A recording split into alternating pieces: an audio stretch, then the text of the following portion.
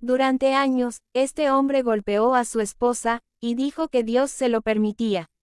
Nadie lo cuestionó, nadie la ayudó, la obligó a obedecer, la aisló, la castigó con golpes y oraciones forzadas.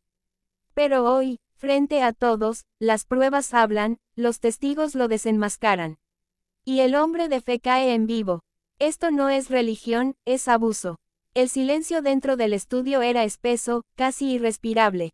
Las luces apuntaban al centro del estrado, donde una mujer joven permanecía sentada con la espalda rígida, las manos entrelazadas con fuerza sobre el regazo. Su nombre era María Elena, y aunque intentaba mantener la compostura, sus ojos enrojecidos la traicionaban. Cada parpadeo parecía una batalla para no derrumbarse frente a las cámaras. A pocos metros de ella, del otro lado, estaba Samuel, su esposo. Vestía camisa blanca, pantalón oscuro y llevaba una Biblia firmemente apretada contra el pecho, como si fuera un escudo. Su postura era firme, casi desafiante. No miraba a María Elena. Miraba al frente, convencido de que estaba en el lugar correcto, de que tenía la razón, y de que Dios estaba de su lado. El murmullo del público crecía a medida que la tensión se apoderaba del ambiente. Cuando María Elena levantó la mirada, su voz salió temblorosa, pero clara.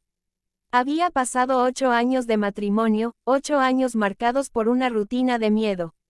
Según su relato, todo había comenzado de manera sutil. Samuel se presentaba como un hombre de fe profunda, respetado en su congregación, alguien que citaba versículos con facilidad y hablaba constantemente de obediencia, orden y sacrificio. Al inicio, María Elena había confundido ese fervor religioso con valores sólidos. Pero con el tiempo, la devoción se transformó en control. Samuel decidía cómo debía vestirse, qué programas podía ver, a quién podía saludar, a qué hora debía hablar. Todo estaba justificado con pasajes bíblicos que él interpretaba a su conveniencia. Si María Elena cuestionaba algo, la respuesta era siempre la misma: así lo manda Dios. La primera vez que la golpeó, según ella, no fue con el puño. Fue con palabras. La acusó de ser una mujer impura, de provocar su ira por no obedecer, de ser responsable de todo lo malo que ocurría en el hogar. Esa noche terminó con ella arrodillada, llorando, pidiendo perdón por pecados que no entendía. Después vinieron los empujones, luego los bofetones, y finalmente, los golpes. Cada episodio iba acompañado de oraciones forzadas, castigos espirituales, y amenazas disfrazadas de doctrina. Samuel le repetía que si hablaba, si denunciaba, si se rebelaba, estaría desobedeciendo a Dios y condenando su alma. María Elena bajó la mirada al recordar la última golpiza. Había ocurrido apenas semanas antes. Todo porque olvidó preparar la cena a la hora exacta. Samuel la acusó de faltar al respeto al orden divino. Cerró la puerta del dormitorio. Apagó la luz, y nadie volvió a escucharla gritar. El público contenía la respiración. Cuando llegó el turno de Samuel, su tono fue frío, calculado. No negó la disciplina, no negó los castigos, pero negó que fuera violencia. Para él, todo era corrección. Aseguró que María Elena era una mujer rebelde, influenciada por ideas modernas que atentaban contra la familia tradicional. Dijo que su deber como esposo era guiarla, corregirla y, si era necesario, disciplinarla para salvar su espíritu. Cada frase provocaba murmullos de indignación. Samuel levantó la Biblia y citó pasajes con seguridad. Habló de sumisión, de autoridad del hombre, de la esposa como ayuda y no como igual. Afirmó que la sociedad había perdido el respeto por la palabra de Dios y que ahora se escandalizaba por actos que antes se consideraban normales. Mientras hablaba, María Elena se encogía en su asiento. Había algo más, un secreto que aún no había salido a la luz. Durante años, Samuel había aislado a María Elena de su familia. Le prohibió visitar a su madre. Le quitó el teléfono. Controlaba cada movimiento. Incluso le negó atención médica después de las golpizas, asegurando que las heridas eran pruebas enviadas por Dios para fortalecerla. Pero el punto de quiebre llegó cuando su hijo, un niño de 6 años, presenció una agresión. Esa noche, el pequeño se interpuso entre ellos, llorando, suplicando que su padre dejara de golpear a su madre. Samuel lo apartó de un empujón. Fue ahí cuando María Elena decidió huir. Salió de la casa con lo puesto, con su hijo en brazos, sin dinero y sin rumbo. Tocó la puerta de una vecina que, al ver su estado, llamó a las autoridades. Por primera vez, alguien escuchó su historia. Ahora, frente a las cámaras, Samuel insistía en que todo era una exageración. Que María Elena estaba manipulando la situación para quitarle a su hijo. Que ella era la violenta, la provocadora, la pecadora.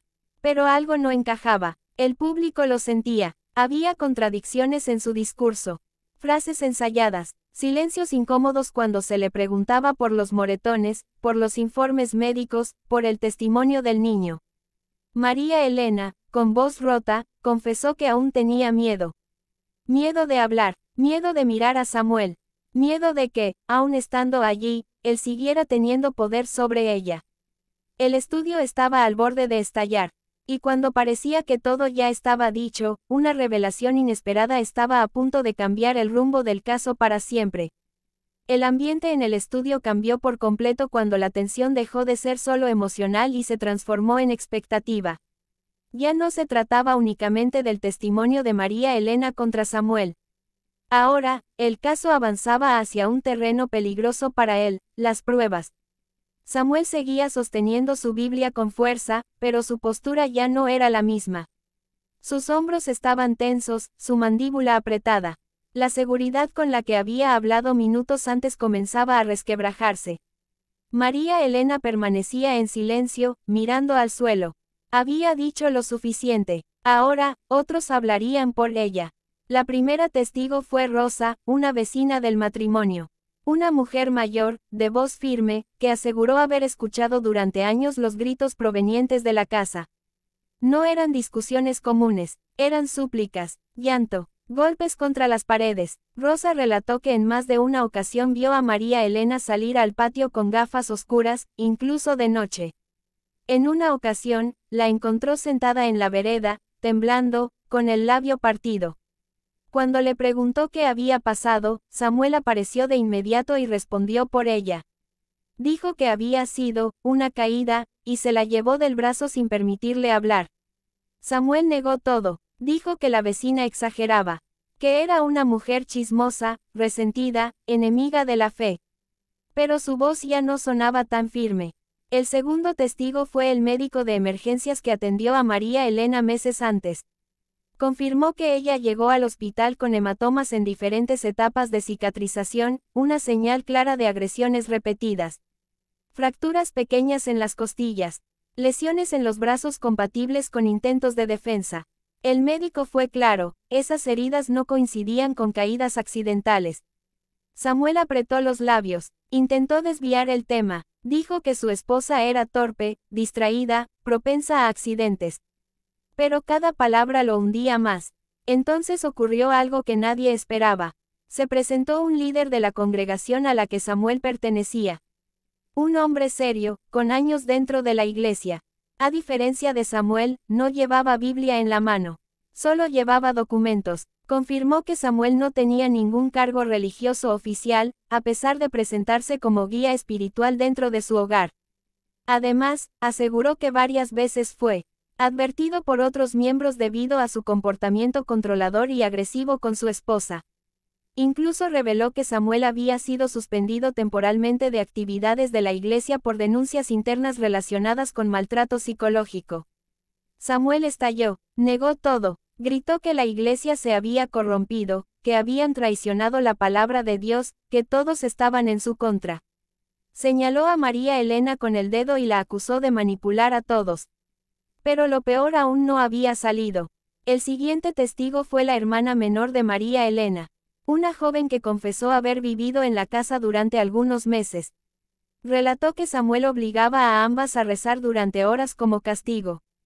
Que les prohibía comer si no confesaban pecados.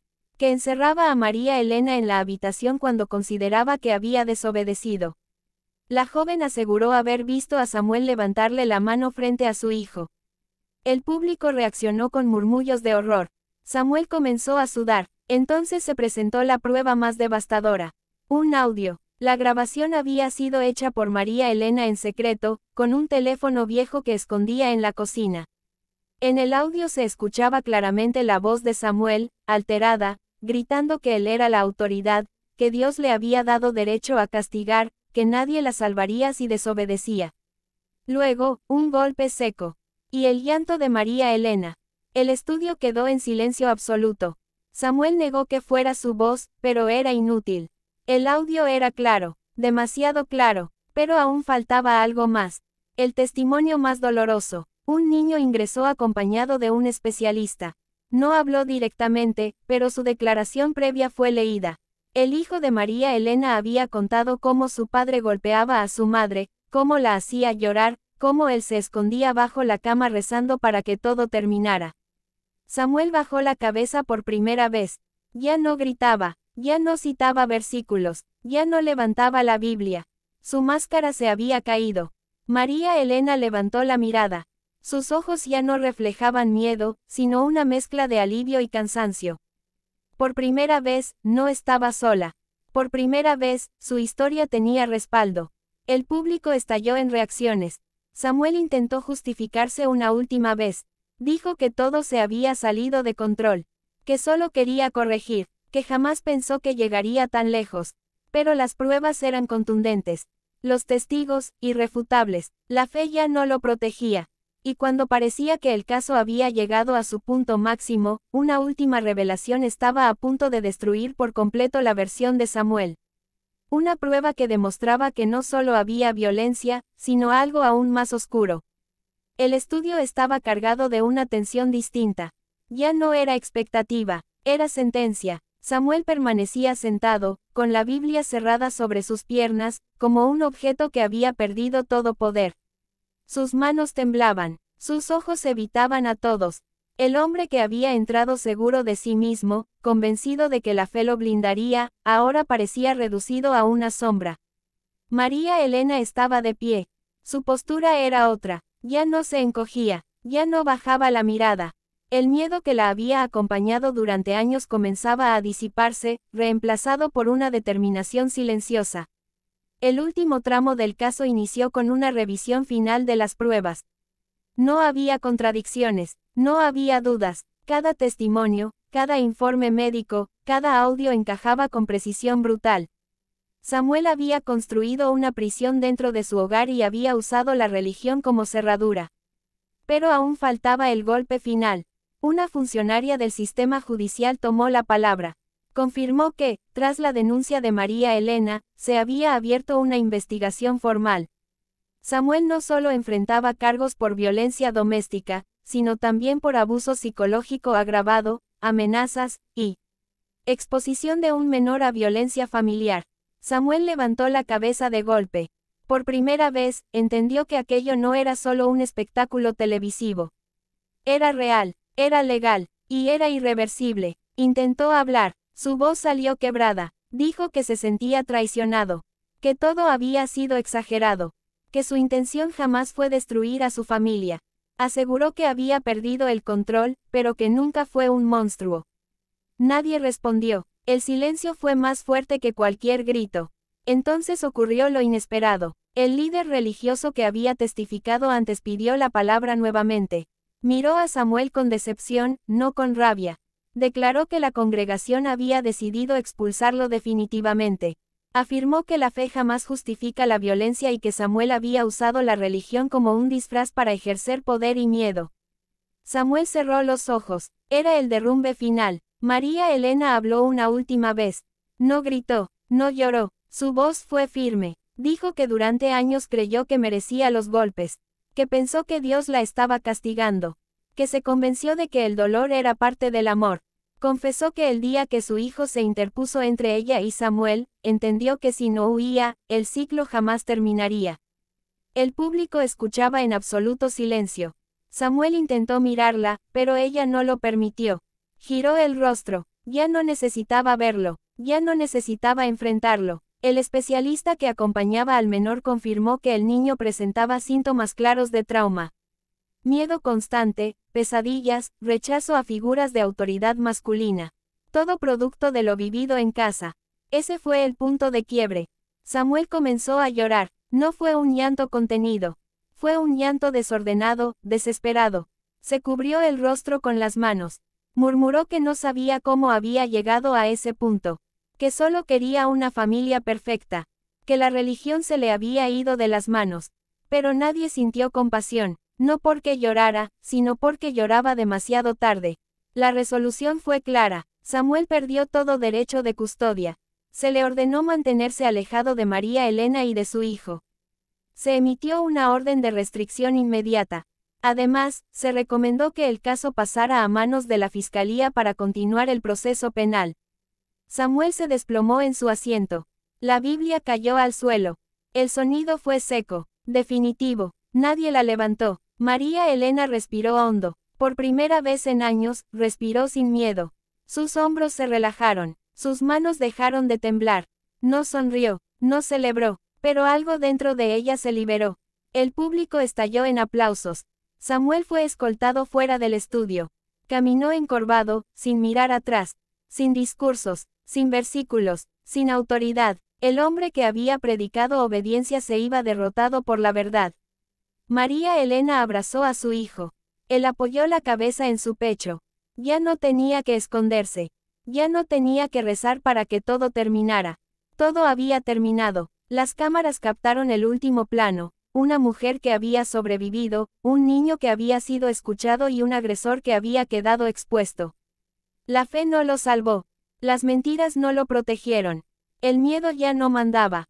El caso se cerró, pero el mensaje quedó flotando en el aire como una advertencia silenciosa. Cuando la religión se usa para controlar, deja de ser fe y se convierte en abuso.